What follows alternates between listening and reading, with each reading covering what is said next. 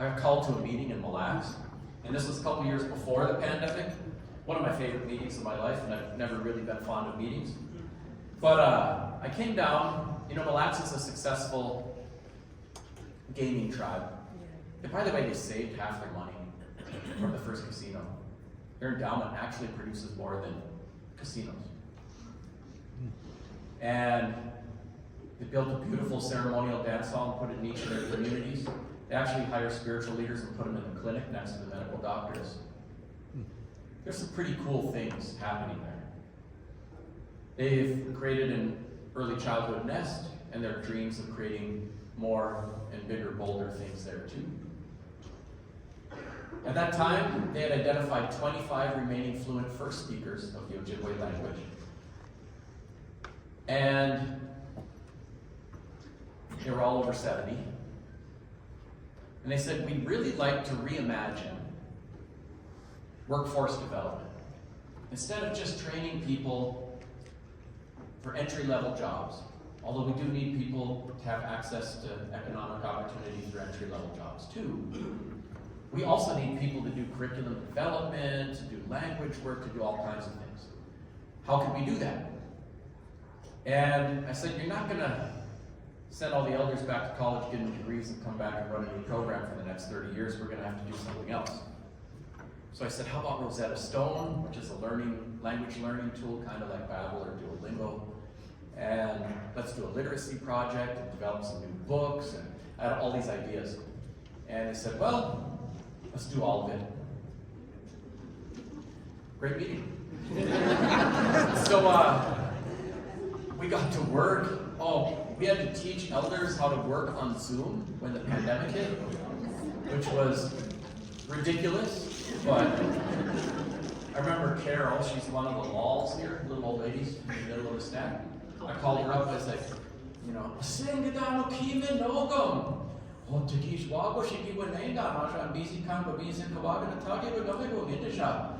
You know, she's saying, oh, Wagosh, I forgot about our work session. I already got my coat on. I was going to go to the casino. I said, casino, there's a pandemic. You're supposed to stay home and be safe.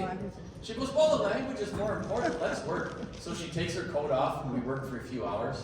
And then she goes, well, I'm going to the casino now. My niece has been waiting in the car the whole time. That's kind of how they were, like, drop everything, super dedicated. Oh, man. And, you know, the pandemic was no joke. 6 of those 25 fluent speakers passed away during the pandemic. For Joe Navy, he's on the left here. He lost a sister to COVID. He lost a brother after he had a COVID infection and had heart complications. And some of the others, Ralph Pewash, passed away from COVID. That was no joke. And when we finally came out of it, like the work was a team of 50 people working on books and a team of 50 people working on Rosetta Stone. It was a huge endeavor. And there's more to say about the mechanics of it and the copyrights and the issues that might pop up.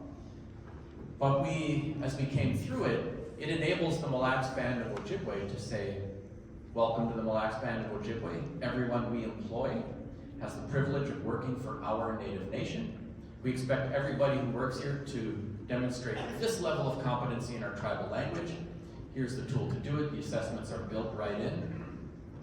So language learning is about many things: tribal sovereignty, economic development, academic engagement, community engagement, and as well as the deliverables, the products, and things like that.